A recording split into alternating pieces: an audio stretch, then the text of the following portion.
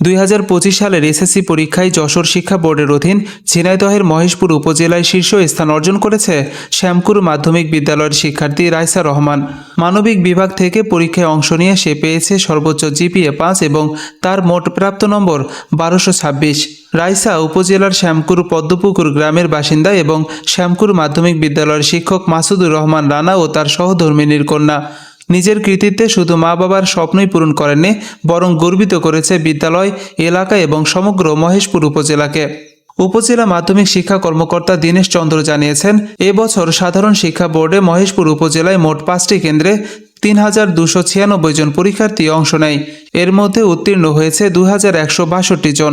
শিক্ষাক্ষেত্রে রাইসার এই অসাধারণ অর্জন নতুন প্রজন্মের জন্য অনুকরণীয় হয়ে থাকবে। উপজেলার 5টি কেন্দ্রের ভিতরে সর্বোচ্চ নাম্বার পেয়ে প্রথম স্থান অধিকার করেছে। আমি তার সর্বাঙ্গীন মঙ্গল ও সাফল্য কামনা করি।